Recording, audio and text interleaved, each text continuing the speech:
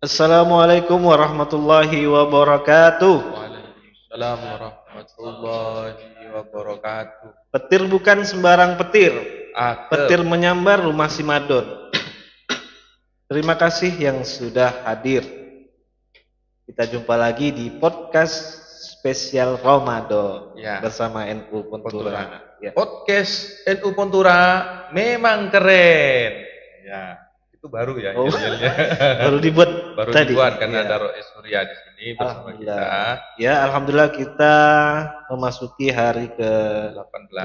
18 Ramadan dan pada sore hari ini di Iya. Studio Raja kita sudah kedatangan Rois Suryah MWC NU Pontianak Utara. Atau beliau juga pengasuh Pondok Pesantren Ya. Salafiyah Al-Aziz, Kota Pontianak. Alamatnya di Jalan Parit Pangeran, Siantan, Hulu, Gang Permata Sari. Ya. Dan pada sore hari ini sebelum kita ke tema, saya persilakan ke Ustaz Kholi untuk memperkenalkan. Sebenarnya beliau dengan saya masih perkenalan beliau. Jadi kadang kalau mau jadi terkenal itu harus memperkenalkan orang yang terkenal. Baik betul. Ini orang yang tidak terkenal ini memperkenalkan orang yang terkenal. Ya. Beliau ya Fit Suhud yang sudah viral baik di dunia maupun di akhirat.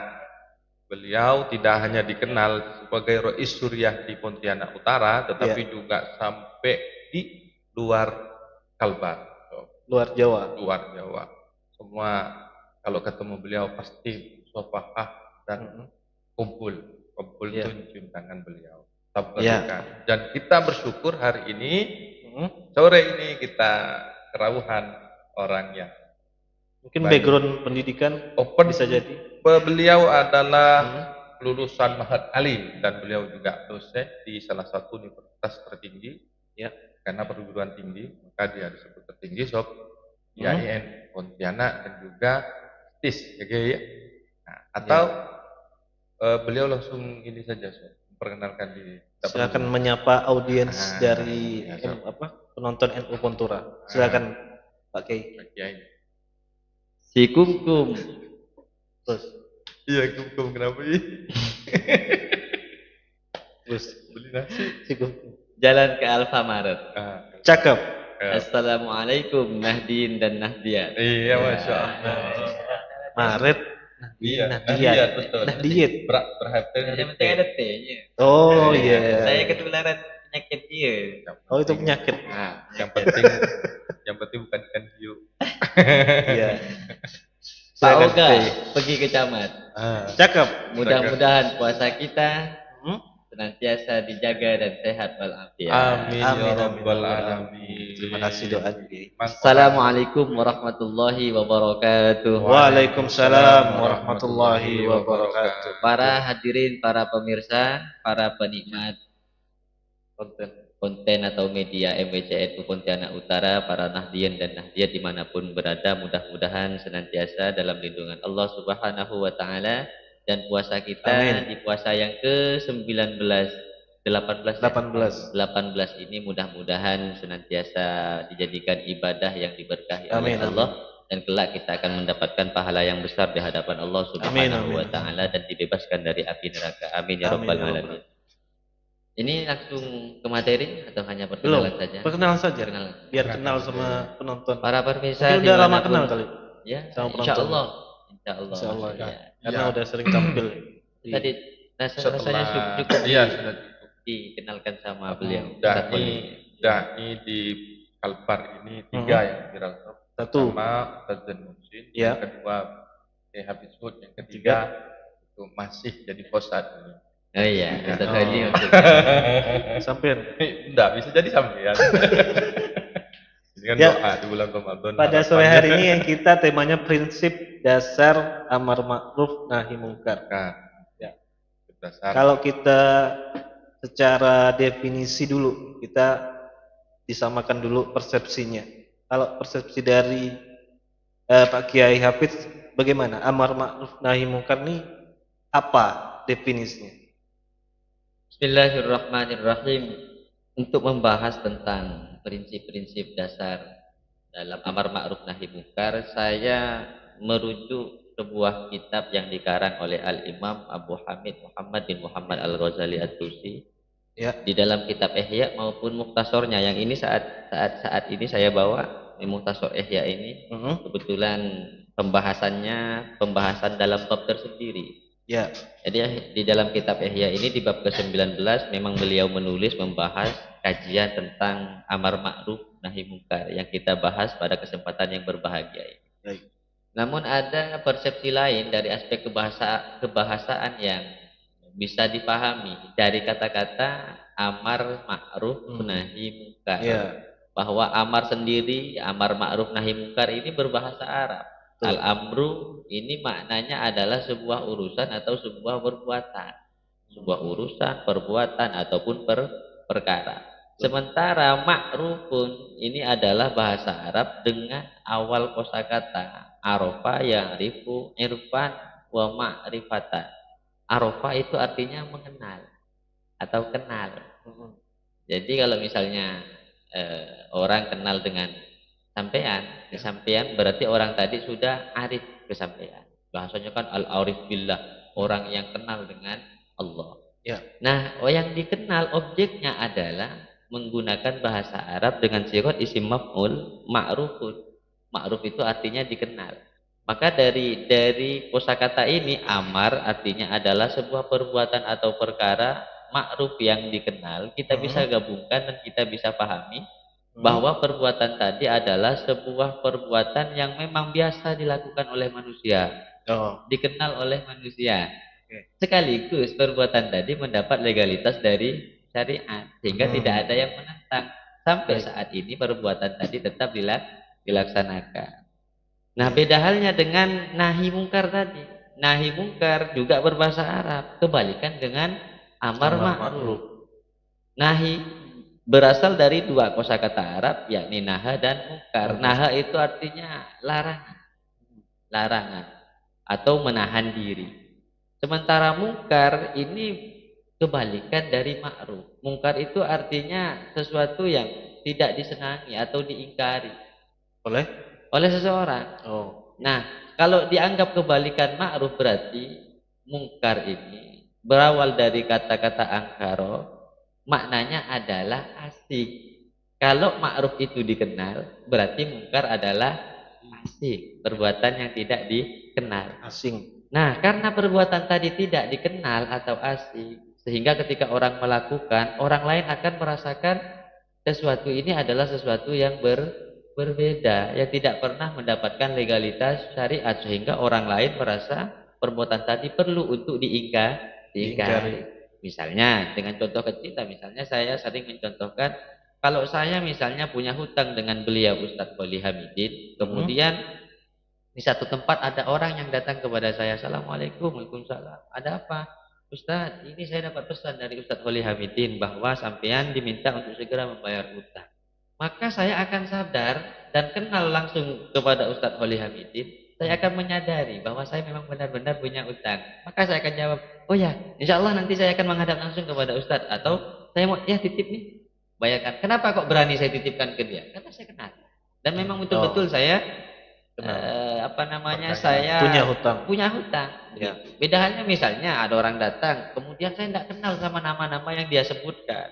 Tentunya saya bilang, siapa? Di mana dan kapan, dan saya tentunya mengingkari apa yang disampaikan orang tadi sehingga betul-betul jelas apa yang dia sampaikan adalah sesuatu yang saya kenal. Nah, secara tidak langsung berarti bisa kita pahami amar ma'ruf nahi munkar adalah sesuatu atau perbuatan yang memang dikenal di masyarakat, mendapat legalitas dari syariat sehingga saat ini pun tetap dilaksanakan. Sementara nahi mungkar adalah sebuah perbuatan yang memang jarang dilakukan atau bahkan tidak pernah ada, sekali tabu bahasanya ya. Sekalipun ada, kemudian langsung mendapat penolakan dari syariat. Sehingga perbuatan tadi karena ditolak oleh syariat, ya orang-orang banyak yang mengingkar. Ya. Kalau disandari dengan syariat, ya, apakah bisa sama? Ya sama juga. Sama. Kenaan dengan hadis mana haitukum anhu fajitan wa ma amartukum Pak tu Mas Tato tu itu ya. Karena amar ma'ruf nahi mungkar ini adalah syariat. Kenapa kok saya katakan syariat? Ya karena memang wal aslu fihima, asal dari keduanya ini adalah al usul fiddin, dasar dari agama. Dan juga yang pertama selain dasar agama menjadi tujuan dari terutusnya para nabi dan rasul, selain menyampaikan risalah dari Allah Subhanahu wa taala, agamanya Allah Subhanahu wa taala, risalah para nabi adalah amar ma'ruf nahi mungkar. Dengan cara apa misalnya? Dengan cara bahasanya orang-orang politik saat inilah, dengan cara hirasatuddin wa siyasatud dunia, menjaga agama, mengatur dunia yang di dalamnya ya amar ma'ruf nahi mungkar. Jadi misalnya dulu sejarahnya amar ma'ruf nahi mungkar kalau dicari di beberapa kitab tidak langsung kemudian pembahasannya itu dengan bahasa amar ma'ruf nahi mungkar. Amar orang yang melakukan, misalnya orang yang diajak untuk atau diingkari perbuatannya itu misalnya makmur dan sebagainya, istilahnya tidak menggunakan istilah itu. Jadi Al-Ghazali menggunakan istilah yang lain, sehingga di zaman dulu itu istilah amar ma'ruf nahi mungkar ini dikenal dengan istilah hisbah. Dikenal dengan istilah hisbah di zaman Rasulullah Sallallahu Alaihi Wasallam. Jadi di zaman Kanjeng Nabi ada sebuah institusi yang memang di bawah naungan negara Madinah. Institusi ini namanya institusi hisbah. Institusi hisbah ini diperuntukkan untuk apa? Diperuntukkan mengontrol atau mengatur tindak tanduk perekonomian di pasar dan juga mengatur keamanan yang ada di pasar. Kenapa kok mesti diatur keamanannya? Karena pasar merupakan salah satu tempat yang buruk di antara tempat yang buruk, katakan yang Nabi. Karena hampir bisa dikatakan antara baik dan buruk bisa ada dalam satu tempat bersamaan. Ya di mana? Di pasar. Maka dari itu kemudian hisbah ini dibentuk oleh Nabi Muhammad Shallallahu Alaihi Wasallam yang memang di dalamnya ya amar ma'ruf nahi mungkar, dan beliau tak jarang inspeksi mendadak. Rasulullah sendiri inspeksi mendadak, melihat kondisi pasar, tentang harga misalnya, kemudian orang-orang yang melakukan tindak kriminal. Nah kemudian hisbah ini seiring zaman, perkembangan zaman, hisbah juga berkembang. Yang dulunya mungkin hanya mengatur tingkat pasar ya. Tapi hisbah saat ini, kalau misalnya negara yang tidak mayoritas Islam atau negara non-Muslim, mungkin masuk kepada pengamanan negara. Yang kita kenal lah kalau di negara kita TNI dan Polri. Jadi pengamanannya tidak hanya tingkat pasar, tapi segala lini, segala pertahanan keamanan. Ya Kamtipmas, misalnya Babin Kamtipmas, ketertiban masyarakat. Dan ada juga yang ingin membantu kinerja TNI dan Polri, misalnya ya ormas-ormas, tapi dengan catatan ormas yang memang punya izin legalitas dari negara. Dan tetap kerjasama dengan TNI Polri. Nah, ngomongin soal nahi mungkar, nahi mungkar, ketika ada kemungkaran, apakah kita mengingkarinya itu dengan cara seperti di kebanyakan tempat itu dibully orang-orang yang melakukan kemungkaran itu, terus diarak mungkin keliling kampung gitu kan, kalau kasus-kasus tertentu kan gitu kan ya, dihina, dicaci.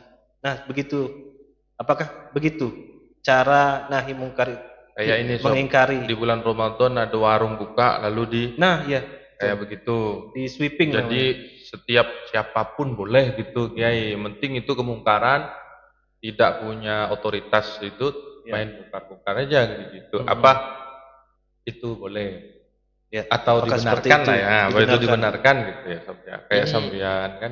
Sebenarnya apa ya, kalau mau disampaikan secara rinci ini mestinya mulai dari awal ya, dari sejarah, kemudian dari hukum dan beberapa dalil, tapi cukup waktunya langsung kita cukup sih. Ya kalau tapi tadi pertanyaannya kayaknya langsung ke materi yang bukan materi lain, tapi ke poin yang lain. Gitu ya. Tapi latar belakangnya dulu. Latar belakang sudah saya sampaikan tadi. Yang awal. Awal. Jadi tadi kan sudah saya sampaikan secara kebahasaan, kemudian sejarah. kemudian mungkin hukumnya ya. Hukum melakukan amar ma'ruf nahi munkar. Nanti setelah hukum amar ma'ruf nahi munkar baru macam-macam tingkatan amar ma'ruf nahi munkar. Baru caranya nahi munkar itu. Oh, jadi kita ke hukum dulu. Ya bisa. Ya, monggo. Jadi di dalam Al-Qur'an Allah Subhanahu wa taala berfirman wal takum minkum ummatun yad'una ilal khairi wa ya'muruna bil ma'rufi wa yanhauna 'anil munkar. Atau di ayat yang lain Allah mengatakan kuntum khairu ummatin ukhrijat lin-nasi ta'muruna bil ma'rufi wa yanhauna 'anil munkar. Jadi banyak sekali ayat yang membahas tentang amar ma'ruf nahi munkar. Banyak sekali ayat yang membahas tentang amar ma'ruf nahi munkar. Nah, amar ma'ruf nahi munkar ini para ulama menghukumi sebagai hukum yang wajib.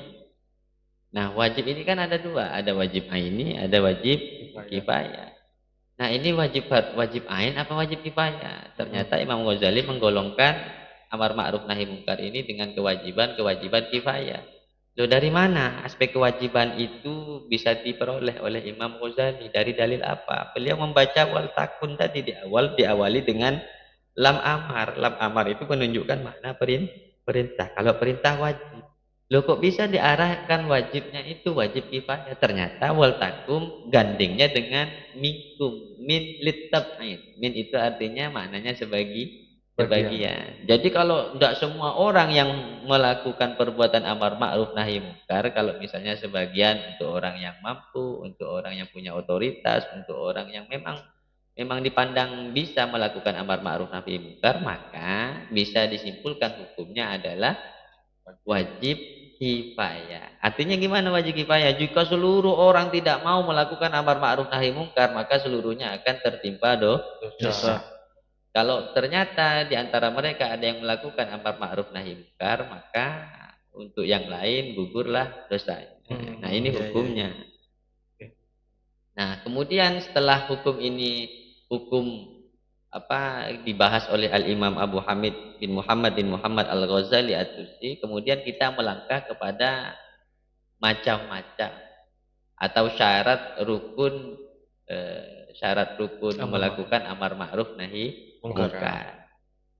Nah, di syarat rukun amar ma'ruf nahi munkar, Imam Ghazali mempetakan bahwa rukun-rukun dari amar ma'ruf nahi munkar itu 4. Ya, 4. Yang pertama adalah al-muhtasib. Loh, kok istilahnya beda? Kok bukan al-amir? Maka di awal tadi saya katakan sejarahnya amar ma'ruf nahi munkar ini hisbah. Akar kata hasiba ya sibu ya. Hasiba ya sibu. Husbanan. Nah, jadi ihtisab atau muhtasib adalah orang yang melakukan amar ma'ruf nahi munkar. Ini yang pertama. Yang kedua, ada muhtasab alaih.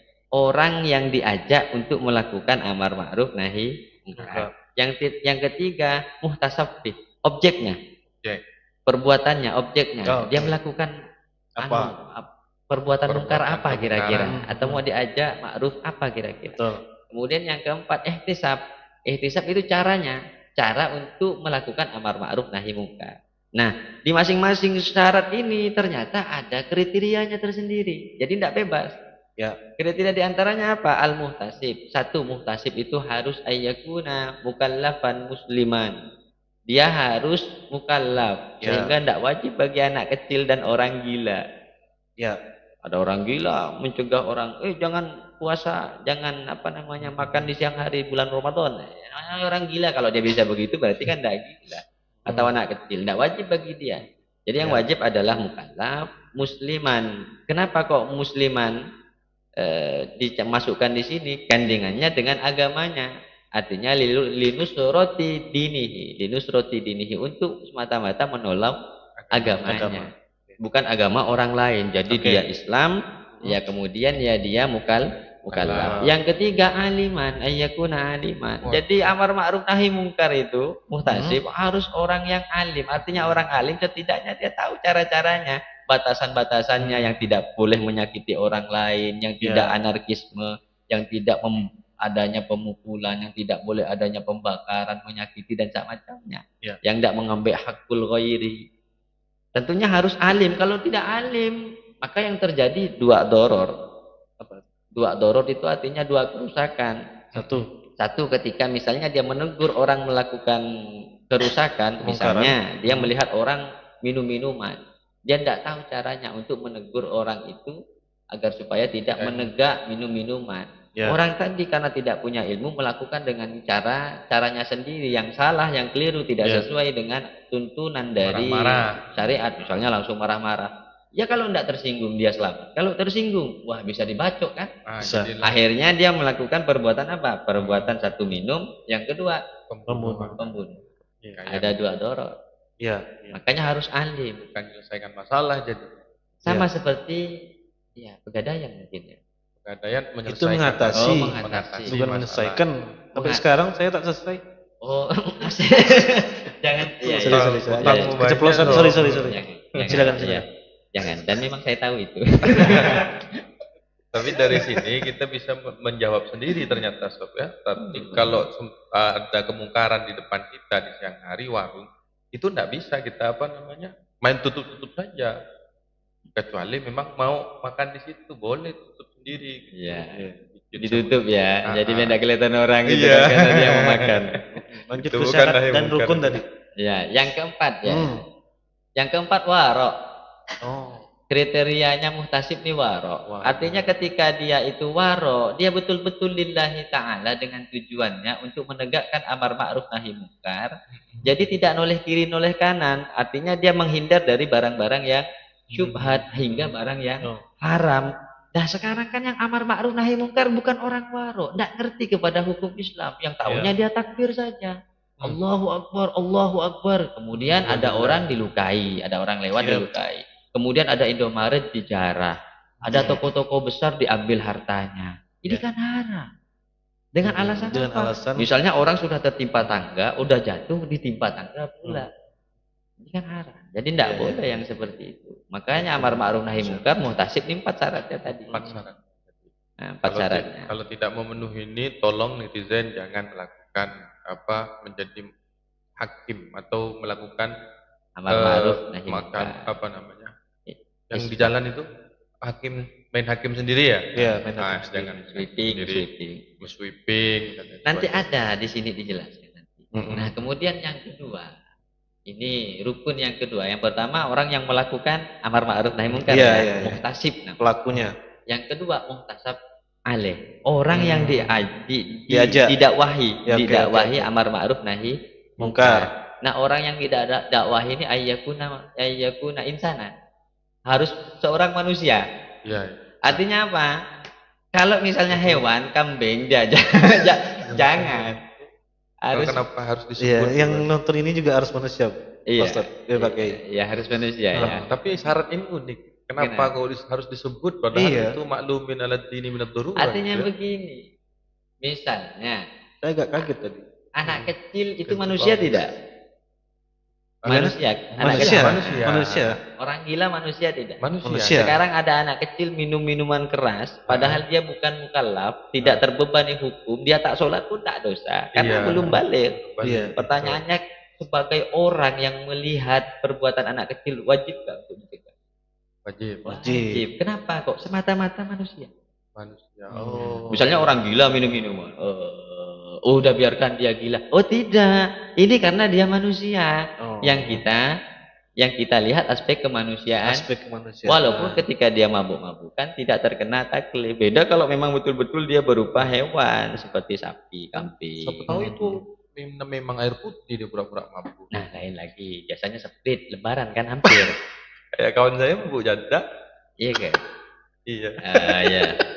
Iya. Saya agak bingung kalau kesana. Kayaknya syarat rukunnya hilang. Jadi syarat rukun yang kedua. Jadi kan sudah insanan dari manusia. Skip muhtasab alaih ya. Kemudian yang ketiga adalah muhtasab bih, objek yang dijadikan amar ma'ruf nahi munkar. Nah, objek yang untuk dijadikan amar ma'ruf nahi munkar adalah diantaranya di sini merupakan yang sifatnya ijtihadi, bi ghairil ijtihadi. makluman kaunuhu mungkaron. Misalnya begini. Yang sifatnya masih khilafiyah, ikhtilaf di antara ulama itu tidak bisa. Tidak bisa kemudian kita amar ma'ruf nahi mungkar. Jadikan objek yang betul-betul nyata, nas dienas oleh Al-Qur'an atau Al-Hadis atau bahasanya kita hukumnya qat'i disepakati oleh para ulama ya ini haram sudah. Misalnya arak, minum-minuman keras, ya kan, khamr, narkoba. Tapi ada enggak orang amar ma'ruf nahi mungkar dengan rokok? Kan tidak. Artinya apa? Ya rokok masih mukhtalaf, ada yang membolehkan, memakruhkan, ada yang mengharamkan. Tapi di Bajuri itu wal mu'tamadu annahu makruhun.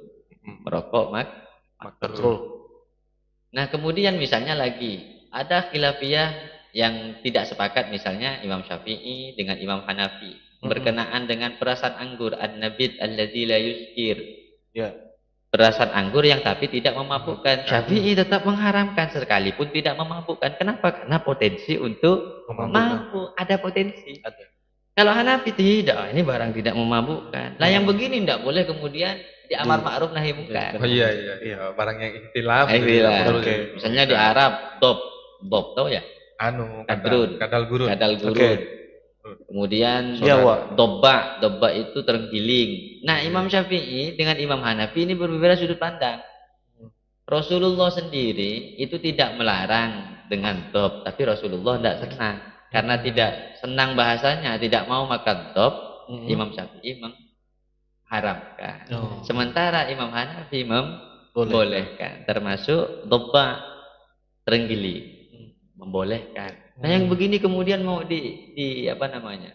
Diajak amar ma'ruf nahi mungkar ya enggak bisa. Atau kunut. Kan mau kunut, satunya enggak kunut yang enggak bisa di amar ma'ruf nahi mungkar. Nah, ini syarat-syaratnya. Nah, kemudian saudara, dari syarat yang 4 inilah kemudian baru muncul yang namanya rutbah. Apa tuh? Rutbah itu artinya tingkatan di dalam melakukan amar ma'ruf nahi mungkar. Rutbatun fi amril ma'ruf wan nahyi anil mungkar. Yang pertama, setidak-tidaknya ada 3 tingkatan. 3 tingkatan. Nah, dari 3 tingkatan ini ternyata diambil dari hadis Nabi Muhammad sallallahu alaihi wasallam.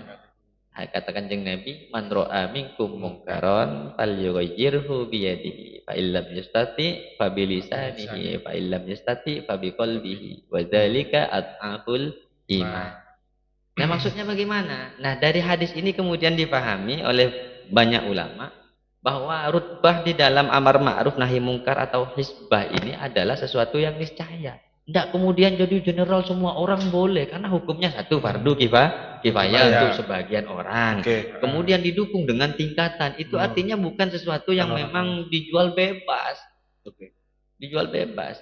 Nah, yang tingkatan pertama misalnya rutbatut tauliyah, tingkatan orang yang memang punya wilayah di dalam amar ma'ruf nahi mungkar. Siapa?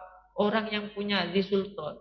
Dia punya kekuasaan di sebuah daerah atau negara. Dalam hal ini misal presiden. Presiden menurunkan kepada TNI dan Polri. TNI Polri inilah yang paling berhak untuk menegakkan amar ma'ruf nahi mungkar secara umum di negara kita dengan SOP lah bahasanya. Sesuai operasional prosedur ya. Misalnya dengan pelanggaran yang berat ditembak, boleh enggak? Ya boleh. Polisi yang nembak. Kan begitu. Atau dipukul, ya boleh. Asal polisi itu yang sesuai SOP. Memang haknya dia. Yang berwenang memang. Kan benar ini. Kan begitu. Nah, tapi lagi-lagi walaupun seperti itu, kalau di syarat yang nomor 4, di rukun yang nomor 4 itu kan namanya ihtisab caranya. Cara berdakwah tetap harus mendahulukan ini apa namanya kelembutan dan kesopanan. Mendahulukan kelembutan dan ada kesopanan. Nah, ini rutbah yang pertama, rutbatut tauliyah. Kemudian yang kedua adalah rutbatul mawaid.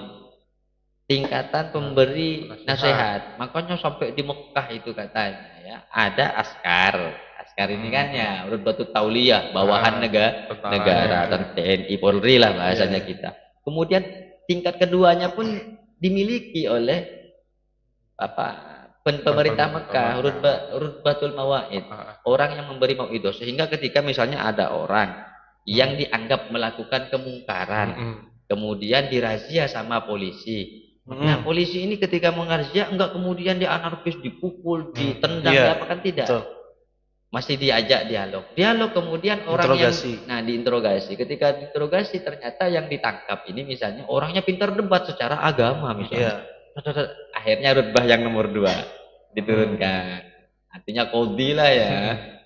Berdebat dengan qadhi. Misalnya tentang bid'ah. Nah, sama-sama alimnya.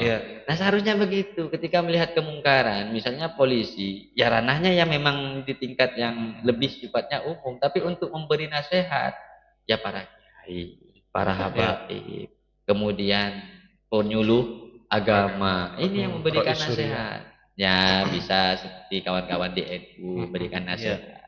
Bukan kemudian yang malah turun menjarah masyarakat atau mengambil kesempatan di saat bahasa amar ma'ruf nahi munkar malah kitanya atau ustadznya atau kiai. Nah, ini kan tak elok. Jelek sekali begitu. Nah, ini tingkatan yang nomor 2. Dan yang nomor 3, tingkatan paling rendah ini adalah tingkatan yang dimiliki oleh orang mukmin ketika melihat perbuatan kemungkaran, dia ingkari dengan hatinya. Karena di tingkat pertama dia tidak mampu. Kenapa? Bukan wilayahnya. Dan juga yang akan dihadapi adalah orang yang begitu beringas misalnya. Preman pasar terkenal. Tidak tinggi-tinggi lah, orang tuanya sendiri lah. Nah, kan tidak berani. Soalnya ketika bertemu dengan orang yang seperti itu kan tidak berani. Maka ketika tidak berani dia tidak mampu untuk menasihati juga tidak bisa karena bukan lulusan pesantren misalnya gitu kan, tidak mampu untuk berkata-kata yang memadai gitu ya. Iya, banyak helahnya. Tentang keagamaan. Helahnya banyak. Akhirnya apakah harus memang diam? Tidak, ya tetap harus mengingkari di dalam hati. Wadzalika at'aful iman, kata Nabi. Ini adalah tingkatan iman yang paling rendah. At'aful iman, paling lemahnya iman. Baik, Pak Kiai istirahat dulu ya, kita nyapa-nyapa penonton dulu sob. Silahkan, mungkin ada yang masuk sob tadi. Udah banyak yang masuk. Terima kasih yang udah berpartisipasi ya, memberikan komentarnya. Dari Rizky Sahas, Alam Barzah hadir. Berarti kita udah di luar dimensi. Iya. Terima kasih ya. Sudah ke alam barzah. Salam sama yang lain. Rizky. Malaikat Israel sudah malaikat Israel. Jadi malaikat sudah nyiapkan wifi di dalam kuburan itu. Ada umi saya lagi di alam barzah. Wah, berat. Salam ya. Bang David, NU Jepang hadir. Jauh. Kayaknya dari Arab lah dia nih. Kok tahu? Iya, mana ada orang Jepang berewo? Ya Rizky nih, mau tanya Yai, saya punya keluarga yang selama hidup tidak pernah sholat Yai. Dia hidup sebatang kara dan seorang diri. Bagaimana cara menerapkan amar ma'ruf nahi mungkar kepada kasus di atas Yai? Boleh langsung dijawab Yai? Iya. Dari yang kita pelajari dan yang kita sampaikan, kalau ternyata ada kasus di antara keluarga kita, misalnya dia melakukan sholat, yang pertama pendekatannya adalah dengan cara pendekatan kita beri nasihat, kita sampaikan sesuatu yang memang menyentuh kepada hatinya. Namun usaha ini terkadang tidak langsung tembus satu kali. Ibarat batu harus ditetesi hujan berkali-kali. Namun ketika memang dia tidak mau dan begitu abai, ingatlah, jangankan kita, sekali Rasulullah Sallallahu Alaihi Wasallam saja, katanya Allah, ya Muhammad, innaka la tahdi man ahbabta, walakinnallaha yahdi man yasha.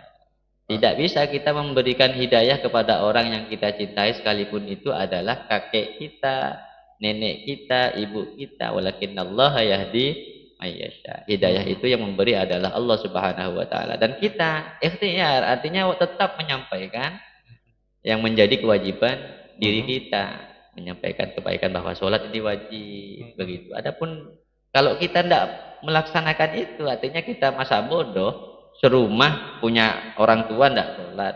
Kita ndak pernah mengingatkan, kita anak pesantren. Nah yang dosa juga kita. Tapi kalau kita udah ingatkan dia ndak mau, ya tanggung sendiri dosa. Jika begini Kiai, dia pakai kalam lisanul hal afhamil lisanil maqal itu Kiai, dia tidak ngomong tapi cuma ngasih contoh aja gitu tiap harinya, apakah sama? Sama, tapi terkadang sulit ditangkap. Ya yang lebih baik itu ya memang menyampaikan sekaligus memberikan contoh. Dua-duanya ya, lisanul hal disampaikan, lisanul maqal disampaikan, lisanul hal dipraktekkan.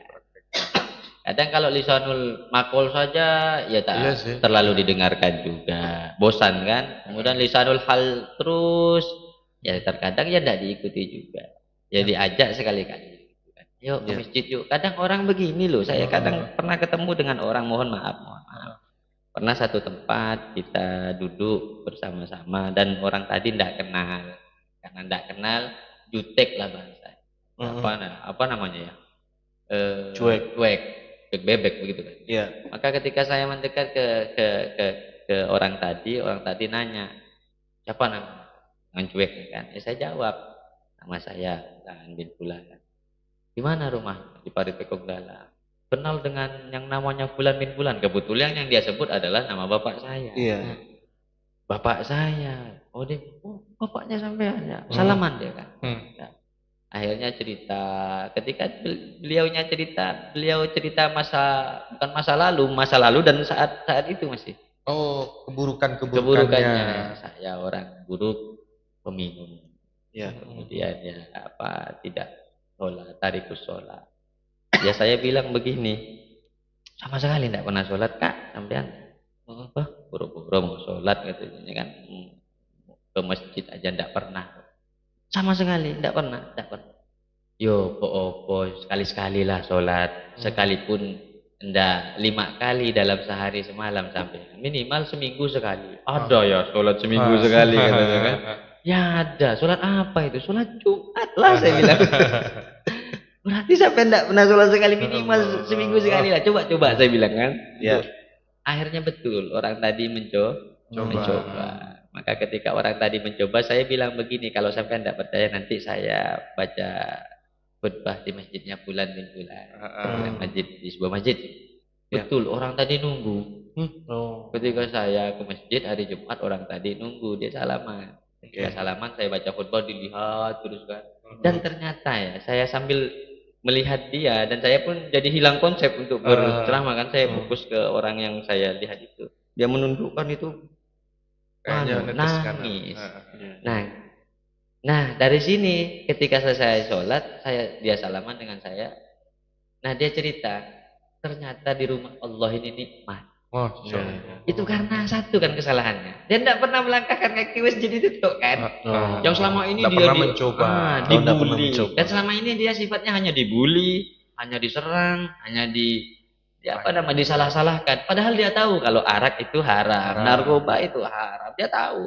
Dan tidak ada yang mau memotivasi dia. Ayolah. Walaupun sekali-sekali yuk masjid. Berarti dia dijudge gitu ya, dihakimi, dibully secara verbal.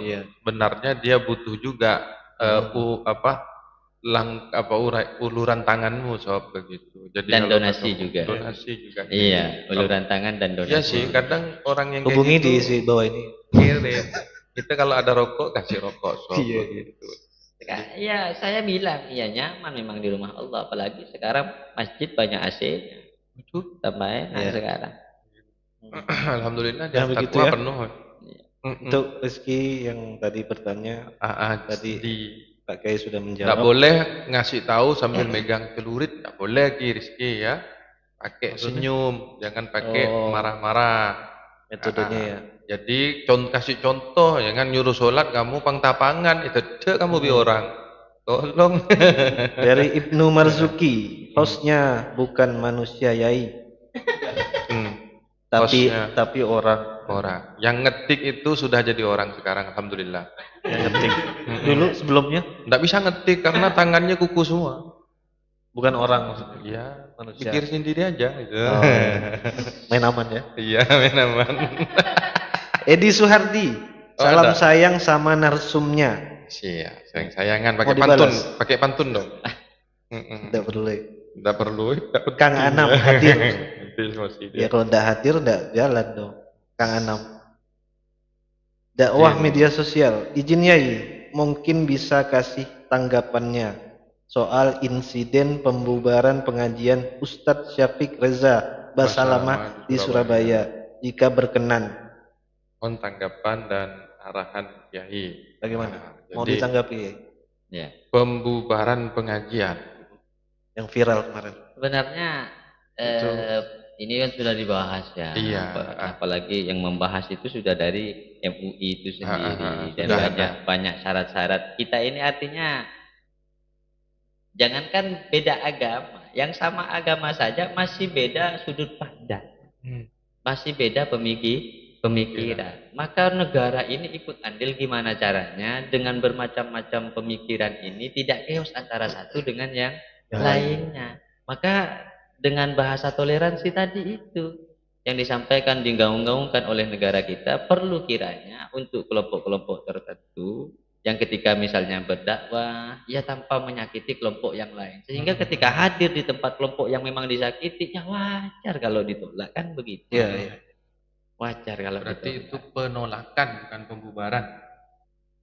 Ditolak bahasanya begitu. Penolakan ya, kalau pembubaran itu sebenarnya cukup baca sholawat, alhamdulillah kita bubar ya. Allahumma sholli ala Muhammad, udah pulang masing-masing. Nah, itu baru bawa berkat. Nah, itu baru pembubaran, pembubaran itu, pembubaran pengajian. Ya, itu. Bagaimana ini ada pertanyaan. Bagaimana kita menyikapi media sosial yang banyak konten-konten negatif? Bagaimana kita menyikapinya? Kan kita kan sering dalam konteks amar ma'ruf nahi munkar. Dalam konteksnya kita dalam bermedia itu kan seperti bermain pisau yang bermata dua. Artinya apa? Kalau kita gunakan baik maka manfaat untuk kita. Kalau kita gunakan keburukan ya sejatinya manfaatlah untuk dia yang melakukan keburukan, tapi manfaat itu sebenarnya bukan manfaat yang baik untuk dirinya. Dia merasa itu manfaat, tapi sejatinya adalah keburukan. Maka ketika bermedia sosial yang memang kita menghindari hal keburukan, tapi keburukan itu yang malah mendekat.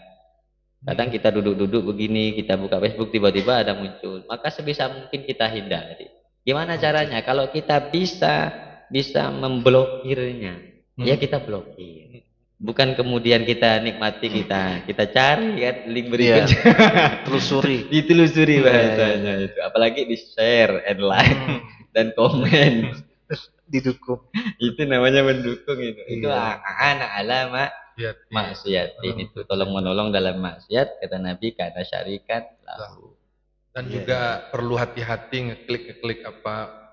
Silahkan klik URL alamat di bawah ini kalau mau dapat beras. Kali diklik malah bukan beras, Sob. Ibu tak pakai baju. Ada yang kayak gitu tuh, Sob. Saya hampir kejebak kayak gitu tuh. Ada juga teman saya tuh, teman saya tuh Kiai punya HP ini, mau balik dulu dia baru bang. Ternyata punya HP Android baru kayak gini. Duduk gini Kiai, lalu muncul kayak gitu tuh, Sob. Saya ngelirik gini kan, Pak Kiai ini ya, dia bilang, dibalikkan lagi, Sob. Lirik lagi, gitu lagi muncul. Akhirnya dia curhat. Ini Cak, HP saya gini terus, Cak. Padahal udah di restart ulang terus menerus kayak gini. Oh ini virus Pak Kiai. Enggak, saya jual aja gitu. Akhirnya dijual. Ya itu karena tadi itu. Kalau mau bansos gratis silahkan di bawah ini. Akhirnya gitu. Kemasukan virus, hati-hati. Dari Pak Kiai ada materi lagi. Materi kamu yang nanya. Udah habis ya? Amar ma'ruf nahi munkar. Gimana? Kan gini, di Islam itu ada dua, Kiai, ibadah. Ada berbuat baik dan meninggalkan kemungkaran. Ya. Apakah untuk diri sendiri itu Kiai perlu kemungkaran bil yad ya, untuk menahan kemungkaran diri sendiri. Misalnya ada oknum yang biasanya nyabu gitu ya. Nah, terus dia Pakai narkoba, gitu. Dia membentengi dirinya sendiri itu dengan cara mengurung diri di kamar. Gitu. Untuk mencegah dirinya lah. Kalau untuk diri sendiri, saya bisa mungkin mengatakan asyidda 'alal kuffar ruhama bainahum itu maksudnya. Artinya kalau untuk diri sendiri itu kan kekufuran yang ada di dalam tubuh kita ini yang senantiasa ingin mengajak kepada kemaksiatan, ya kita harus asyidda. Asyidda. Iya. Apa tuh? Sungguh-sungguh. Bukan dikasih masako ya. Nah, itu penyedap. Sedap. Yang ini? Asyidda itu artinya kita betul-betul dengan sungguh-sungguh menahan diri kita ini yang di dalam tubuh kita untuk senantiasa mengajak kemungkaran. Betul-betul. Tapi kalau untuk orang lain yang melakukan kemungkaran kita gunakan ini ruhama bainahum pelan-pelan. Untuk orang lain. Halayan hanif, jangan main kasar, kita nasihati baik-baik. Kalau kita punya duit, misalnya kan kita dakwah ajak pakai duit, ada yang dari Malaysia itu. Ustaz siapa itu? Ustaz apa ya namanya itu? Yang dari Malaysia itu loh. Bukan Haji Mufti. Hah? Bukan Haji Mufti. Bukan. Nah, itu kan kalau dakwah itu misalkan bawa dibelikan baju anak-anak pang itu kan. Oh iya, saya tahu itu. Akhirnya banyak yang hijrah. Itu kayaknya lebih manusiawi. Lebih efisien kan, damai, enggak kemudian ditinju, dipukul, dibanting. Nah, Haji Sulaiman ya. Itu kan sudah baik. Tarawih dapat 50.000. Artinya itu sudah baik. Orang udah baik. Orang udah di masjid lah bahasanya. Kalau ini yang di pinggir-pinggir jalan gitu. Jadi ruhama untuk diri sendiri, keluarga kan kuafusakum wa ahlikum nar itu harus benar-benar menjaga. Kan ada sekarang bertolak belakang dengan undang-undang. Kalau di Fathul Mu'in itu kan dipukul ya untuk anak itu agar sholat ya. Tapi kalau ada terbesit sedikit itu dilaporkan, kita tangkap itu ya oleh pemerintah. Ini gimana cara menyikapi perbedaan? Apa kita tetap mengikuti arahan dari Fathul Mu'in atau tetap pemerintah? Ya sejatinya semuanya kan dalam rangka mendidik ya. Tinggal kita yang mau melaksanakan ini mampu memperdudukan persoalan ini secara proporsional apa tidak. Artinya ketika kita melakukan pemukulan kepada anak misalnya kan, kemudian kalau dilaporkan kepada kepolisian kita kena. Artinya hukum menginginkan bahwa pemukulan tadi ya boleh, tapi bukan sesuatu yang membuat cedera. Kan begitu. Ya. Jadi kalau saya pahami dari misalnya mempelajari ilmu usul fikih, misalnya al-amru ba'dan nahi yadullu 'alal ibahah. Misalnya kalau saya perintah, ayo jangan merokok. Itu kan larang, jangan merokok. Rokoklah. Kalau jangan tadi berarti haram, sekarang saya suruh rokok. Berarti dia wajib merokok. Apakah dia haram merokok? Apa dia wajib merokok? Oh enggak, al-amru ba'dan nahi, perintah yang datang setelah larangan yadullu 'alal ibahah. Berarti hukum merokok tadi boleh. Ini namanya proporsional. Nah, ketika terjadi pemukulan ternyata oleh negara tidak diperkenankan walaupun anaknya sendiri, berarti duduk proporsionalnya adalah jangan sampai menciderai walaupun itu anakmu sendiri, pukul silakan, cubit. Nakal cubit. Kan begitu sambil doakan. Tapi kemudian menjadi sesuatu yang cedera itu jangan. Wairu mubarrahin. Cederai. Kalau tentang tentang mencegah saya teringat ceritanya Gus Dur. Dulu itu Gus Dur bilang sama Raja Arab, jangan percaya sama bahasa Arabnya ulama Indonesia. Karena suka asal-asalan. Pernah kata Gus Dur cerita ada larangan mamnu'ud duhul di tempat itu. Itu sekali ahli fikihnya Indonesia tuh lewat sampai ngomong gini, Ya Allah, di Arab ini ya, di tempat umum kok bisa duhul katanya. Kan tahu kan? Iya, iya. Duhul itu apa? Duhul berjima kan? Berjima. Tapi tahu saya nonton soalnya. Tapi di situ jadi saya bisa masuk jokes ini. Yang dimaksud duhul di situ bukan jima, sob, tapi memang dilarang masuk gitu. Dilarang masuk ke tempat ini gitu kan. Tapi orang Indonesia bilang, luar biasa orang Arab. Tak kuatnya di jalan pun bisa duhul gitu.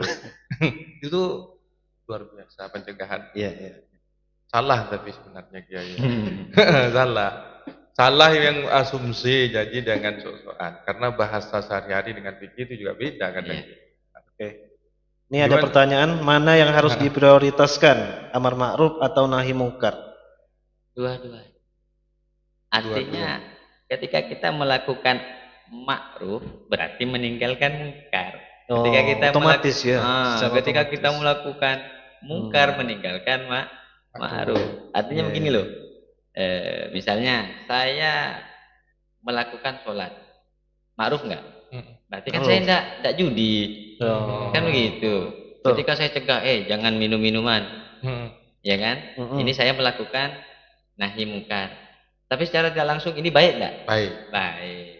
Bisa dipahami ya? Bisa paham. Nah, jadi mau prioritaskan gimana itu? Ya dua-duanya itu. Ketika melakukan amar ma'ruf, ya di situ nahi mungkar.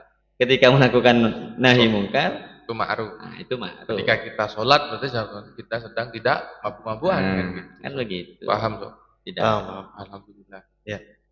Kalau dinahdiin ini ya apa termasuk sudah amar ma'ruf nahi mungkar? Insyaallah masuk kategori amar ma'ruf nahi mungkar, karena ya bisa dilihatlah kegiatan kita sehari-hari, aktivitas kita sehari-hari, baik itu hubungannya dengan Allah ataupun hubungannya dengan sesama.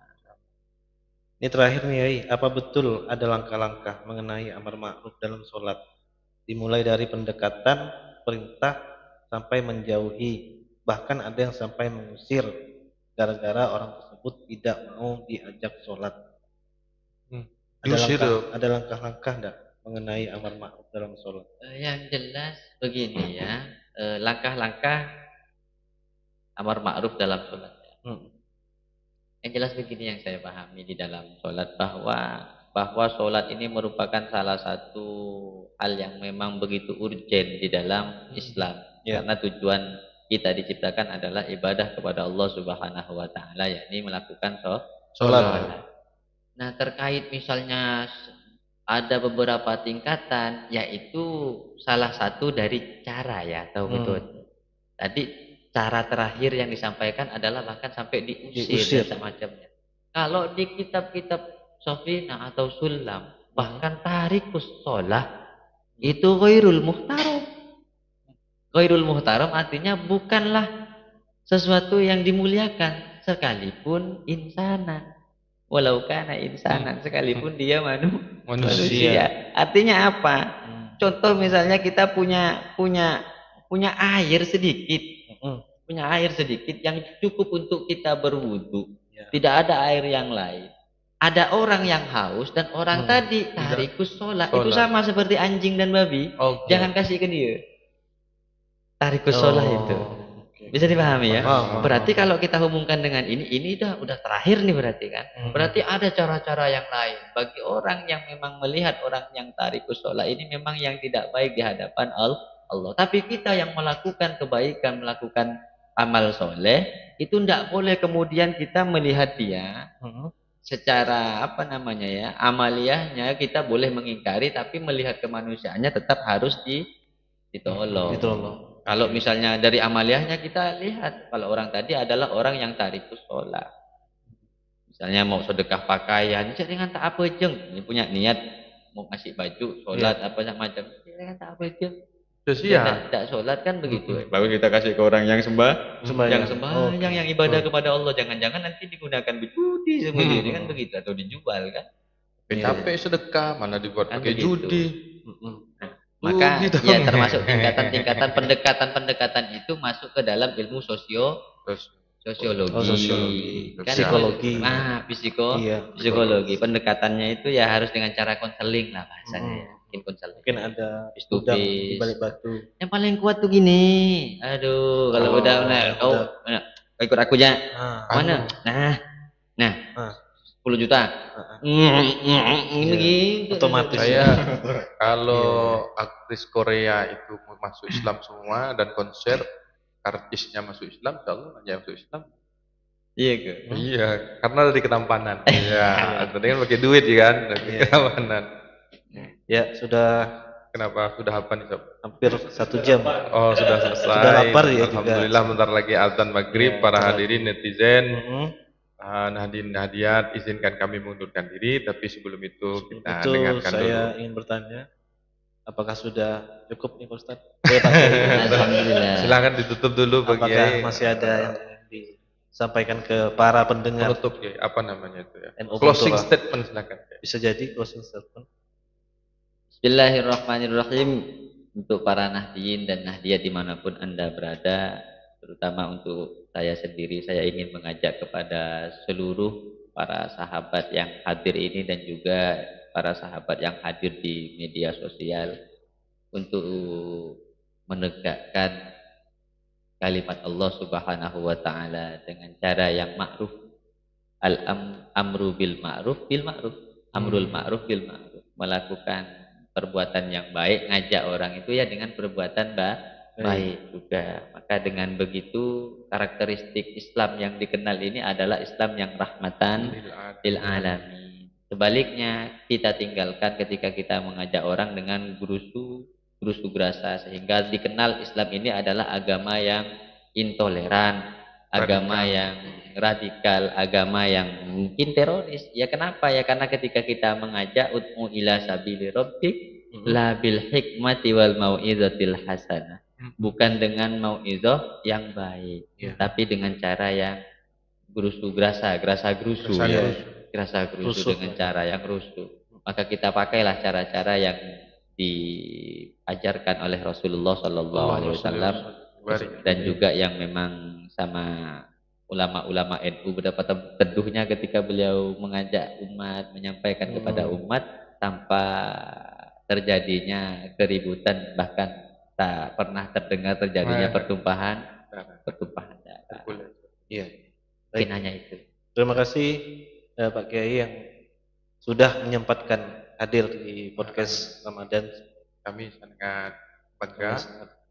Berterima kasih dan juga Pak Ustaz Kholi juga terima kasih. Dan kru semua yang bertugas, Anam, Rizky, saya ucapkan terima kasih, dan juga semua yang sudah berpartisipasi di kolom komentar. Terima kasih juga, dan tetap tonton terus di channel NU Puntura. Tiap Ramadan ada podcast biar hidup makin berkah. Ya. Saya Faris Purneo, saya Huli Hamidin, dan saya Hafidz Syuhud. NU Puntura makin keren. Weleh. Assalamualaikum warahmatullahi wabarakatuh.